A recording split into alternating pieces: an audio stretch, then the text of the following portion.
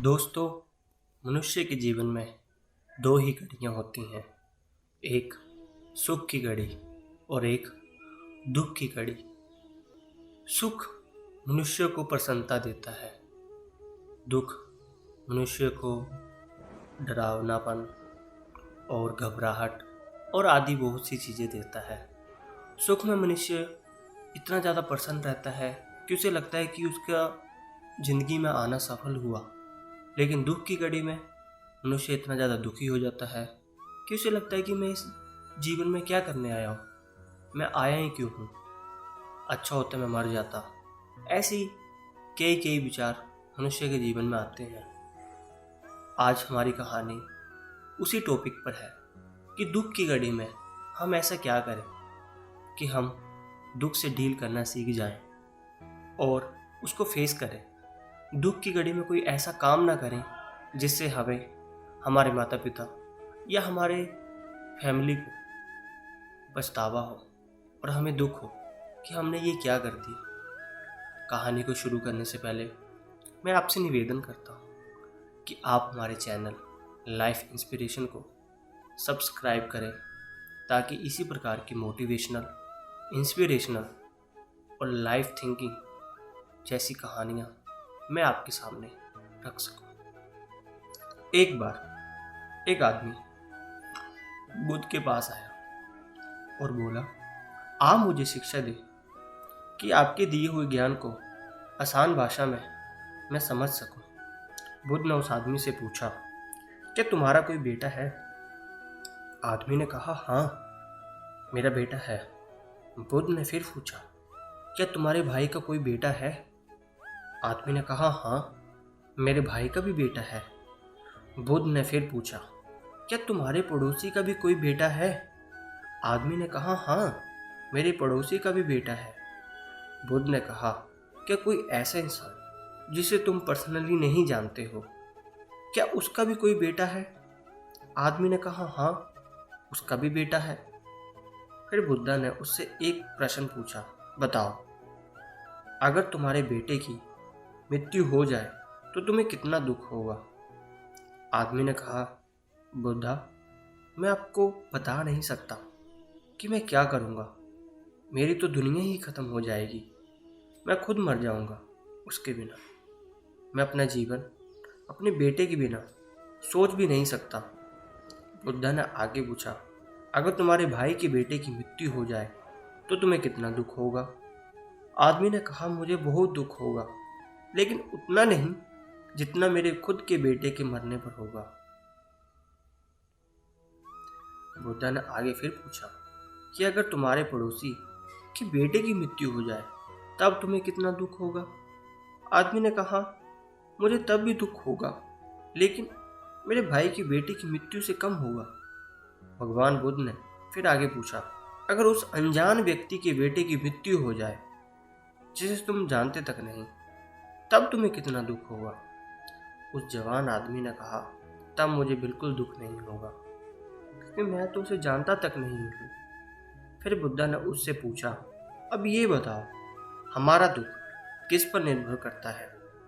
उस आदमी ने काफ़ी देर सोचने के बाद कहा कि हमारा दुख इस बात से निर्भर करता है कि हम किसी भी चीज़ से कितना जुड़े हुए हैं, हम उससे कितना लगाव महसूस करते हैं और किस हद तक अपना मानते हैं, इस बात पर निर्भर करता है। बुद्ध ने कहा, बहुत बढ़िया। बुद्ध ने फिर उस आदमी से पूछा, अच्छा, अगर तुम अपने बेटे को समुद्र के किनारे ले जाओगे तो क्या वह उसकी रेत से नहीं खेलेगा? आदमी ने कहा, हाँ बुद्ध, बिल्कुल खेलेगा। बुद्ध ने फिर पूछा, अगर समुद्र से आने वाली लहरें तुम्हारे बेटे के बनाए घर को तोड़ देगी तो क्या वह रोएगा? आदमी ने कहा, हाँ, वह तब रोएगा। बुद्ध ने पूछा, क्या तुम भी उसके साथ रोओगे? आदमी ने कहा, नहीं, मैं नहीं रोऊंगा। बुद्ध ने पूछा, क्यों? आदमी कहता है, क्योंकि वह बच्चा है, उसे लगता है ये रेत का घर बहुत खूबसूरत है और हमेशा बना रहेगा।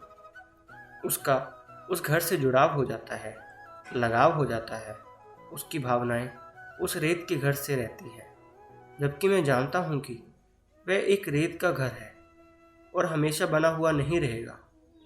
कुछ समय बाद उसे लहरें तोड़ देंगी। जब वह लहरों से टूटेगा तो मुझे दुख नहीं होगा। बुद्धा मुस्कुराए और बोले कि अब तुम समझ गए हो। अगर तुम इस ब्रह्मांड की सच्चाई को जानने की कोशिश नहीं करते तो तुम ऐसे ही चलते चलते जाते, और अब तुम्हें इस रेत के घर को टूटने का दुख होता है।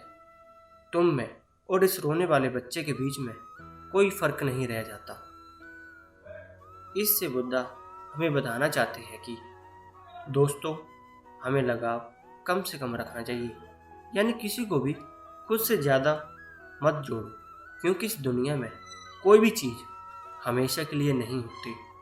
इस दुनिया की हर एक चीज़, हर एक इंसान नश्वर है। हम उनसे जब जुड़ जाते हैं, खुद को जोड़ लेते हैं। जब वे चले जाते हैं हमें छोड़कर, तब हमें बेहद दुख होता है। ये वो रहस्य था जो बुद्धा जान गए थे। शांति पाने का केवल एक रहस्य था, लगाव ना होना। क्योंकि इस दुनिया में सब कुछ एक भ्रम है, नश्वर है। आप इस भ्रम से खुद के लिए क्या चुनते हैं, ये आप पर निर्भर करता है। जितना ज़्यादा आप ज्ञान को अर्जित करोगे, उतना ज़्यादा आप वृद्धि विवेक से समझ पाएंगे, और आप अपनी ज़िंदगी को जैसा देखोगे वैसा वह बन जाएगी। ये कहानी है दो भिक्षुओं की। बौद्ध भिक्षु, जिसमें से एक बूढ़ा था और दूसरा युवा, दोनों शाम को गांव से भीख मांगकर आश्रम लौट रहे थे। आश्रम से कुछ दूर पहाड़ से एक नदी बहती थी। वहीं पर एक जवान स्त्री खड़ी थी। उसे भी नदी पार करनी थी, लेकिन वह उसे पार करने में डर रही थी। वह उस नदी की गहराई से अनजान थी। तभी वहां पे दोनों भिक्षु गुजर रहे थे। बूढ़ा भिक्षु आगे चल रहा था। तभी उसकी नज़र उस स्त्री पर पड़ी। वह देखकर समझ गया था कि स्त्री को मदद चाहिए। उसने सोचा कि वह वहां जाकर उसे नदी पार करा देगा, लेकिन जैसे ही उसने उस स्त्री के हाथ को छुआ, उसके अंदर वर्षों की बसी वासना जाग गई। स्त्री को छूते ही उसके कन कन कांपने लगे। उसने 30 साल से किसी स्त्री को छुआ तक नहीं था।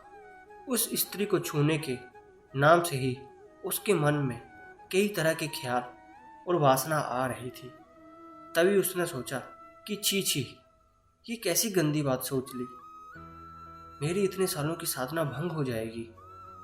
मुझे क्या मतलब कोई नदी पार करे या ना करे। मैं अपनी 30 वर्षों की साधना इस लड़की पर लगा दूं?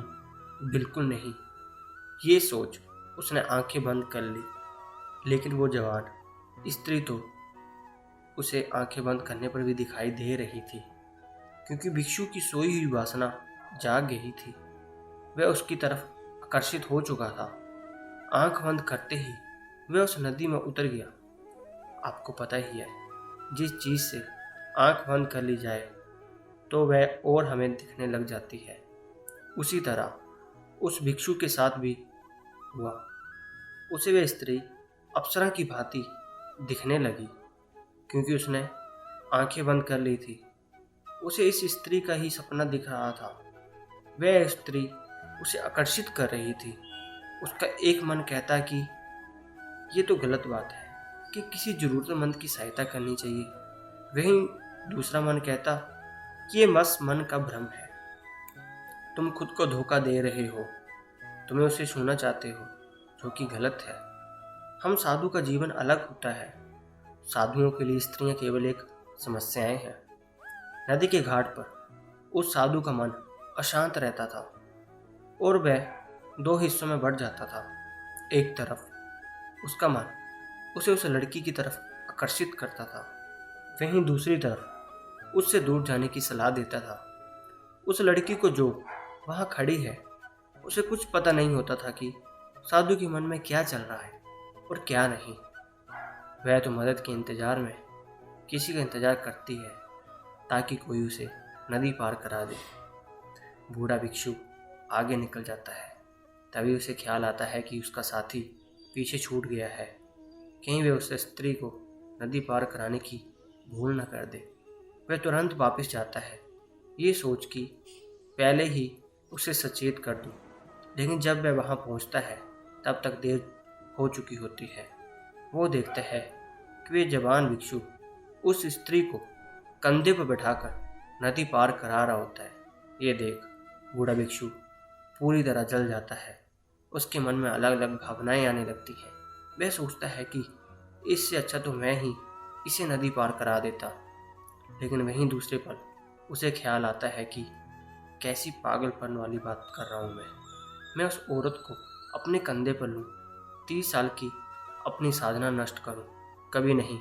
गंदगी का ढेर है औरत, और उसे मैं अपने कंधे पर लूँगा। लेकिन वहीं दूसरी तरफ वह युवा भिक्षु स्त्री के कंधों पर उठाए देख आग बबूला हो रहा था।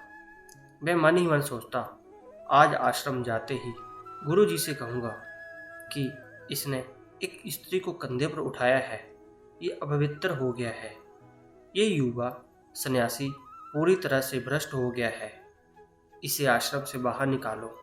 तभी वह युवा भिक्षु उस स्त्री को नदी के दूसरे छोर पर उतार देता है और दोनों भिक्षु वापस जाने लगते हैं। वे दोनों रास्ते भर बात नहीं करते। जब दोनों भिक्षु आश्रम के पास पहुंचते हैं तब बूढ़ा भिक्षु कहता है, याद रखना, मैं गुरु से कहूँगा कि तुम अपवित्र हो चुके हो। तुमने उस जवान स्त्री को कंधे पर क्यों उठाया? ये सुन युवा भिक्षु चौंक जाता है और कहता है, स्त्री, उसे तो मैंने नदी किनारे उठाया था और वहीं छोड़ भी दिया। लेकिन ऐसा प्रतीत होता है कि आप उसे अभी भी ढो रहे हैं, जबकि आपको ने उसे उठाया भी नहीं। फिर भी आप उसके बारे में सोच रहे हैं। आपके दिमाग में वही है। मैं पिछले कुछ देर से देखकर सोच रहा था कि आप किसी ध्यान में खोए हुए हैं, लेकिन आप तो उस औरत को नदी पार करा रहे थे, आपके मन ही मन में। अतः दोस्तों, इसी तरह से हमारे जीवन में भी उन्हीं पुरानी बातों और चीज़ों को लेकर ढोल रहते हैं। जो गलतियां हम करते हैं, जिनको लेकर हमारे अंदर लड़ाई चली रहती है, और हम मालूम तक नहीं होता कि हमारी पुरानी मानसिक सोच को लेकर चल रहे हैं। हम ये देख ही नहीं पाते कि हमारे साथ क्या चल रहा है। अगर आप आगे बढ़ना है, ऊपर उठना है, तो अपने आप को जितना हल्का कर सको उतना हल्का करो। हम सब अपने आप को दबा रहे हैं और वह दबा हुआ घाव पीड़ा देता है। उस घाव के कारण हमें वे चीज़ें दिखाई देने लगती हैं जिनकी लड़ाई हमारे भीतर चल रही होती है। सारा संसार दर्पण बन जाता है। ये दमन की लंबी धारा हमारे व्यक्तित्व को तहस नहस नष्ट कर देती है। इसने जीवन के सारे सूत्रों को जहर में भर दिया है, जो हमें बर्बाद कर देता है। इसलिए हम आपसे कहना चाहते हैं कि खुद को हमेशा दबाव से बचाना, क्योंकि दमन से भरा इंसान खुद को कभी जान नहीं पाता। वह वहीं रुक जाता है, आपको आगे बढ़ने नहीं देता, वहीं रोक लेता है। इसलिए खुद की भावनाएं और विचारों को दबाने से बचना चाहिए, क्योंकि इनके दबने पर एक समय आने पर बवंडर आ जाता है, जो आपके अंदर अशांति और हीन भावना को उत्पन्न करेगा। इसलिए यदि आप वर्तमान में खुश रहना चाहते हैं तो आज में खुश रहो। पुरानी बातों को भूल जाओ। दूसरों के सामने अच्छा बनने के लिए खुद को मत दबाओ। आप जैसे हैं वैसे बनकर रहें, क्योंकि आप वैसे ही अच्छे हो। आशा करता हूँ आपको ये हमारी कहानी अच्छी लगी होगी। कहानी में बस एक ही चीज़ बताई गई है कि अगर हमारे अंदर बुरे विचार चल रहे हैं तो हम कभी भी आगे बढ़ नहीं सकते, और वही हमारी मुश्किलों का कारण बनता है, जिससे हमें दुख पहुंचता है।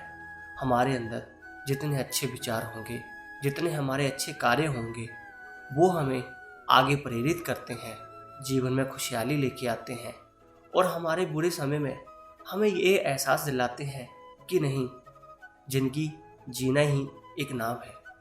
अच्छे कार्य करते हैं और हमें इसका फल भी अच्छा मिलता है।